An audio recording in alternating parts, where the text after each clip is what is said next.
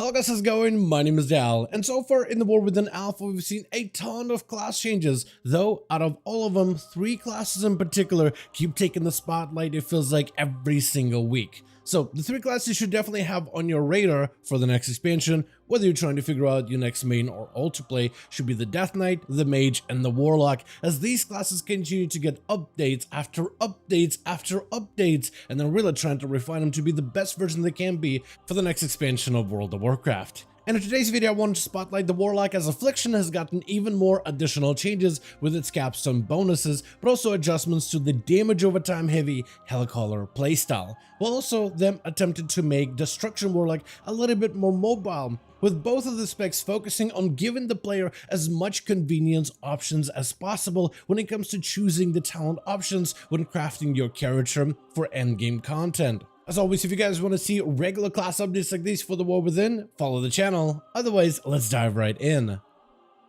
So when going over these set of Warlock changes, I first want to start off with the hero spec, which is going to be the Hellcaller, then I'll move on to Affliction and then Destruction, just because Affliction probably has the biggest bulk of things for us to talk about. So starting off with the Hellcaller, which is a hero spec that has recently got a couple of nerfs. Well, this is one I was actually a little bit worried about, just because if you played WoW for long enough, you know that sometimes Blizz can be a little bit heavy-handed with some of these nerfs. And with how good Wither Hellcaller Warlock playstyle was for both Destro and Affliction, I totally expected for them to start toning it down by quite a bit. So the main ability of Wither, the main dot that replaces corruption and immolation depending on your spec, the instant damage of this ability is being reduced by 80%, which is quite heavy. And I feel like this one will be very noticeable for Destruction, because the version of Wither that you get from your Immolate is a little bit more punchier when you first apply it.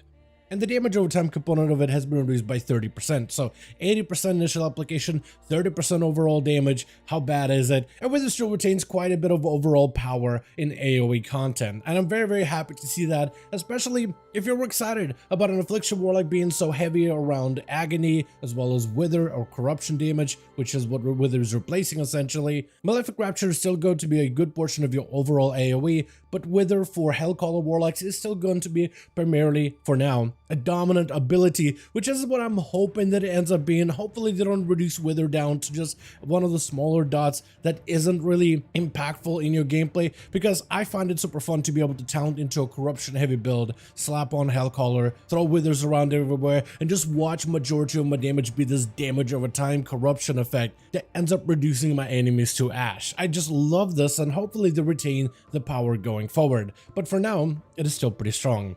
Next, I want to move on to Affliction Warlock playstyle specifically, where for Affliction they mentioned that they moved the Dark Layer upwards a tree to make it a little bit easier to get. They also adjusted your capstones by quite a bit in order to make room for a couple of new options, and they're also trying to reevaluate how many 2-point nodes are available and how many of them are they going to have going forward. They're being very, very, very careful with Affliction to not put too many 2-point nodes, and that's what they're doing for a lot of classes, just because 2-point nodes means that's a lot of talent points you need to invest before you can move on further down into the rows. So not having too many gates here is good, and it gives you more talents to play around with and invest into with the rest of the tree, so that's good to see.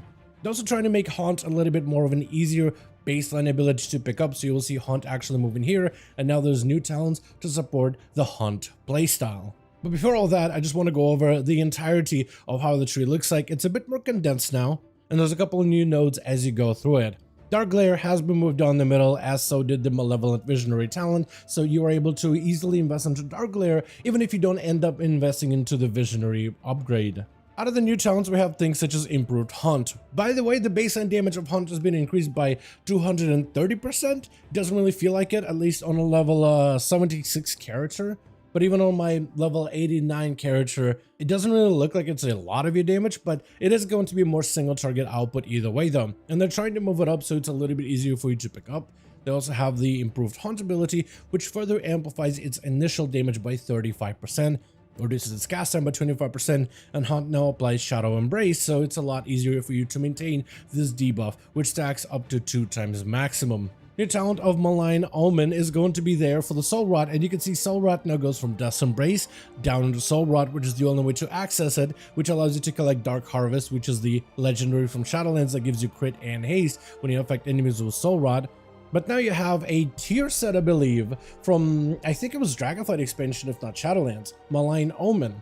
Casting Soul Rot grants you 3 applications of Malign Omen, where your next Malefic Rapture will deal additional damage and will extend the duration of your damage over time effects and your haunt by 2 seconds. Right now, this talent doesn't necessarily work perfectly, or not at all actually. Sometimes it seems to extend for me, and other times it doesn't. Like there, it didn't extend a single one of my dots. And in some cases, it actually tries to extend corruption, even if you have a permanent corruption with things such as absolute corruption. But sometimes what it does while trying to extend that dot, it actually reduces it from a permanent into a limited corruption, giving it like 3 seconds of uptime. So it's a little bit jank right now, but the idea behind it isn't a bad one. Being able to use Malefic Rapture to extend all of your dots gives you a little bit more of an opportunity to use filler abilities and not have to micromanage your dots as much, which I think is a huge convenience factor for a lot of Affliction Warlocks. So this one generally is a good talent once it's fully functional. Over here, next to Vile Taint and Phantom Singularity, we have a new upgrade called Infirmity.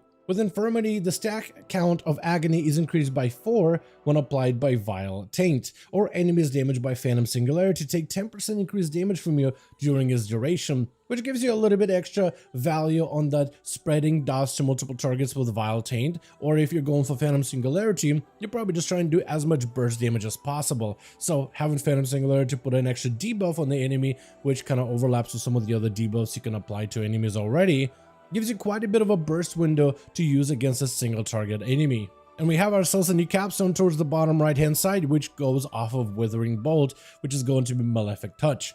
Malefic Rapture deals an additional Shadow Flame damage to each target that it affects. So the more enemies you're able to affect with a damage over time ability where Malefic Rapture can actually do damage to them, the damage of that extra Shadow Flame damage is also going to spread. So you have everybody here affected by corruption and it's ticking down, and use Malefic Rapture. You'll also see the Malefic Touch apply right below it for every single target, which overall results in okay additional Shadow Flame damage. But this one I think is really going to get better if you're attacking big amounts of enemies targets at once. Besides this, we also have some adjustments with our capstones, with the Malefic Touch being down here, as well as Relinquish, normally a talent that is way up here in the talent tree, now way down below, locked behind Withering Bolt or improved Malefic Rapture. We already talked about Malign Omen and Dark Harvest. Putting it behind Soul Rot makes all the sense in the world. And then behind Focus Malignancy or Xavier's Gambit, we have Empowered Unstable Affliction or Oblivion if you end up going for a more bursty damage build as Affliction. And the rest of the talents, you can kind of see they've been moved around a little bit here and there. They kind of reshuffled everything little by little. Now, after the restructure they've done for Affliction Warlocks, I actually kind of feel that there's now a bit more limitation behind some of your capstones. At least when you end up playing Soul Harvester Warlock, which is going to heavily lean into you using the Soul Rot ability, because that means you're kind of stuck having to pick up Death's Embrace, and then you go down over into Soul Rot, and then from there you might as well pick up Dark Harvest because it's generally a good talent. But now you have Malign Omen, which is another talent you kind of want to pick up, so that kind of locks out 4 talent points for you to invest into immediately. And then from there on, with the other capstones being kind of locked down behind talents that are now 2 talent point costs, it leaves you with a bit of a limitation on how you can customize your Warlock further. Again, mostly as a Soul Harvester. Technically as a Hellcaller, you don't need to be going down all the way into Soul Rot, but Soul Rot is such a good ability. It's kind of almost difficult to manage an Affliction Warlock without a Soul Rot at this point. I mean, maybe somebody will figure out a build, but right now it just feels so iconic to the spec in general. I guess you could just not pick up Malign Omen or Dark Harvest, but I mean, convenience of Malign Omen is good, and additional haste and crit feels really good in AoE situations.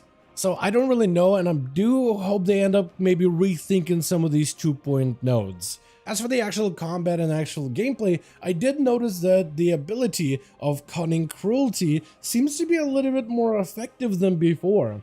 Like, I've tested Soul Harvester, Warlock, and the Hellcaller, and I tested out Cunning Cruelty in previous builds, but I didn't really see the Shadow Bolt Volley doing nearly as much damage in the past, and maybe they adjusted it so potentially Shadow Bolt can now scale with all the other talents that buff your Shadow Bolt damage. But doing some testing, it now kind of does a lot of damage. We may be seeing Affliction Warlocks moving into a Shadow Bolt Volley type of build in the future. It is a 5-target cleave build, so if you're hitting more than that, you're probably going to lose at some value. But compared to, let's say, spamming Shadow Bolts in AoE or spamming Malefic Rapture in AoE, Shadow Bolt right now is kind of winning out on the damage front. And to me, it's actually kind of exciting because it gives Shadow Bolt a little bit of a playstyle to it. I feel like a lot of Warlocks end up picking up Drain Soul because it is the better talent for Affliction. It feels better because it plays around this periodic damage where you get to drain the enemy soul. There's an execute mechanic, there's a soul shard mechanic. You can take those soul shards and reinvest them back to other abilities. But Shadow Bolt has been kind of just sitting on the wayside, not really getting a lot of play.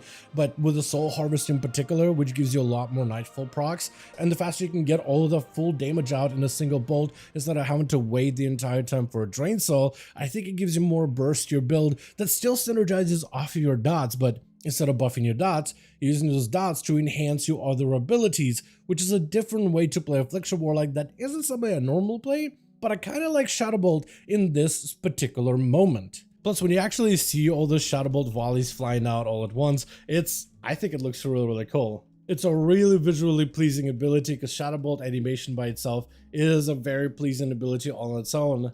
I don't know, and I think I actually might be becoming a fan of this particular playstyle if Shadow Bolt Volley actually starts to get some use out of it now.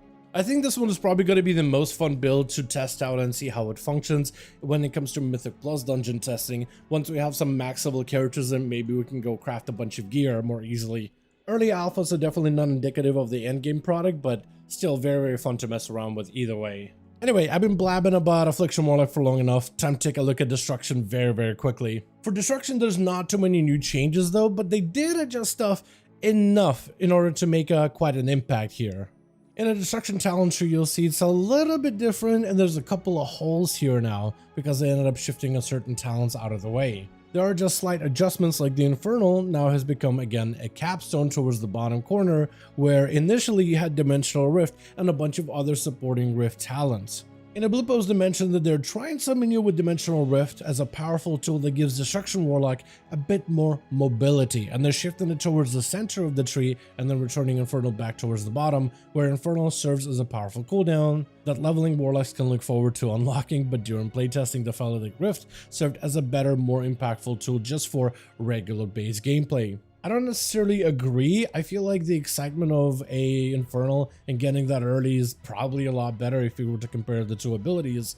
But I think what they're just trying to do is give Dimensional Rift some sort of value, as it is an ability that does give you movement speed. Or rather, doesn't have you stand still and be a turret like you normally are, and gives you a moment to move. So that's what they're putting it down the middle. I don't know, maybe this will make it a little bit easier to spec into.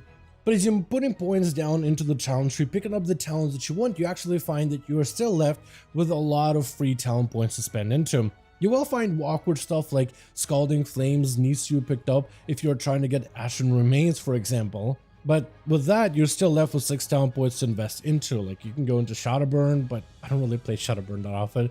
You can go channel Demon Fire, but I'm not a fan of it because, again, you just gotta sit there and channel. I've never really been a fan of it. But if you want to pick up things like Reverse Entropy, it then comes down to between Flashpoint, Fire and Brimstone, and Dimensional Rift. And maybe you could just pick up Flashpoint, but you're still left with 4 talent points that you now need to invest into. I guess if you want to do Mythic Plus, you can go Pyrogenics and Rolling Havoc, but then you still have 2 points to spend. And one of those talent points can be easily redistributed into a Dimensional Rift. Further below that, there's only one talent that can support Rift now, and I kind of like the idea they had with Rifts and how they were going to take all these different tier set bonuses and add them as talents to amplify the damage of Rift, but they likely said that not a lot of people were investing points into Rift to begin with, so that's why they made it down here. But the talent down here, Dimensional Ripper, could be interesting. Incinerate has a chance to create a Rift or recharge a Dimensional Rift if learned. So even if you're not using Rift all that often, free Rifts as you incinerate, depending on the proc rate once this talent is functional, could actually be maybe kind of good in certain situations. Like, for instance, it could either give you a ability to pop Rifts when you do need to move, but as you're standing still, able to churn out other abilities, prioritizing Rift less, you may still end up opening Rifts naturally, which gives you even more Soul Shard fragments, as well as more damage. So there may be some value in picking up this talent as well, and now you have somewhat of a warlocky build if you want to run it. But the fact is, you do have, depending on the build that you run, if you're AoE or single target, you do have still quite a few talent points that you can freely allocate just about anywhere you want to. And I think as long as they can keep that type of structure for Warlocks, then I'll be very, very happy with it. Now, with this set of changes, your whole capstones are going to go back to more or less what they were, with Infernal Rift on the right-hand side instead of left-hand side, your Soulfire combination with Decimation, Devastation, and Ruin on the left-hand side, and the middle capstone being things like Ritual of Ruin, which goes into Master Ritualist, which from there goes into Chaos Incarnate, Avatar Destruction, Diabolic Embers. All of those things cross over with Born to Ashes on the left side, but not so much on the right side with Power Overwhelming. But it gives you more of that familiar structure towards the bottom, which takes the last week's update for Destro and just adjusts it a little, but still gives you a lot of freedom of how you can customize your Warlock, which I think is the best part. Overall though, for Destruction, we're not seeing nearly as many changes, but the change to the Dimensional Rift as a much easier to access talent is an interesting one, and I actually would like to hear you guys' thoughts on it down below. Would you actually want to run Dimensional Rift? I feel like Destruction Warlock, for the most part, is a bit of a turret spec. You kind of have to stand still to get the majority of the damage out with things like Incinerate, Conflagration, and proper usage of the Soul Shards just to crank out as many Chaos Bolts as possible. And they are trying to give you more free talent points to invest into the rest of your talent tree for things such as Shadowburn, for things such as Dimensional Rift, or even Channel Demon Fire if you do end up investing into that full type of gameplay. So they're giving players options to customize their class, but would you actually want to run, ideally, Dimensional Rift as part of your kit, even if it's just a mobility button, something you could press while on the move? I feel like the fact that the button doesn't really have as much interaction with your build and ends up taking a bit of a backseat unless you have nothing else to cast, I feel like generally devalues the ability or makes it like less exciting to press because you're not looking forward to using the ability whenever it is available, but rather you're just delaying it until you eventually have to move and you can't stand still to use the rest of your actual destruction abilities. I don't know, what do you think about the Dimensional Rift as well as all the other changes that we see for Destro? But also, let me know what are your thoughts on the Affliction Warlock. And out of the two specs right now between the Soul Caller, Shadowbolt, AoE, Cleave playstyle, or the pure damage over time focused Hellcaller spec, out of those two, which one of those two excites you the most when it comes to picking up a Warlock or potentially picking up a Warlock as a main or an alt for the War Within expansion? Let me know all of those thoughts in the comments down below. As per usual, if you guys enjoyed this video or found it informative, go ahead and give it a thumbs up. I would very much appreciate it. And as always, in the description of every single video and live stream, we have a link to our Discord community channel. Probably the best place to reach out to me directly in case you want to let me know what you thought about this video or hang out with the rest of the community to discuss some of the upcoming changes. Join our Discord to become part of the community. But otherwise, thank you all so much for watching this video. I do hope you guys enjoyed. Let me know all of your thoughts down below. And as always, I'll see all of you guys in another video.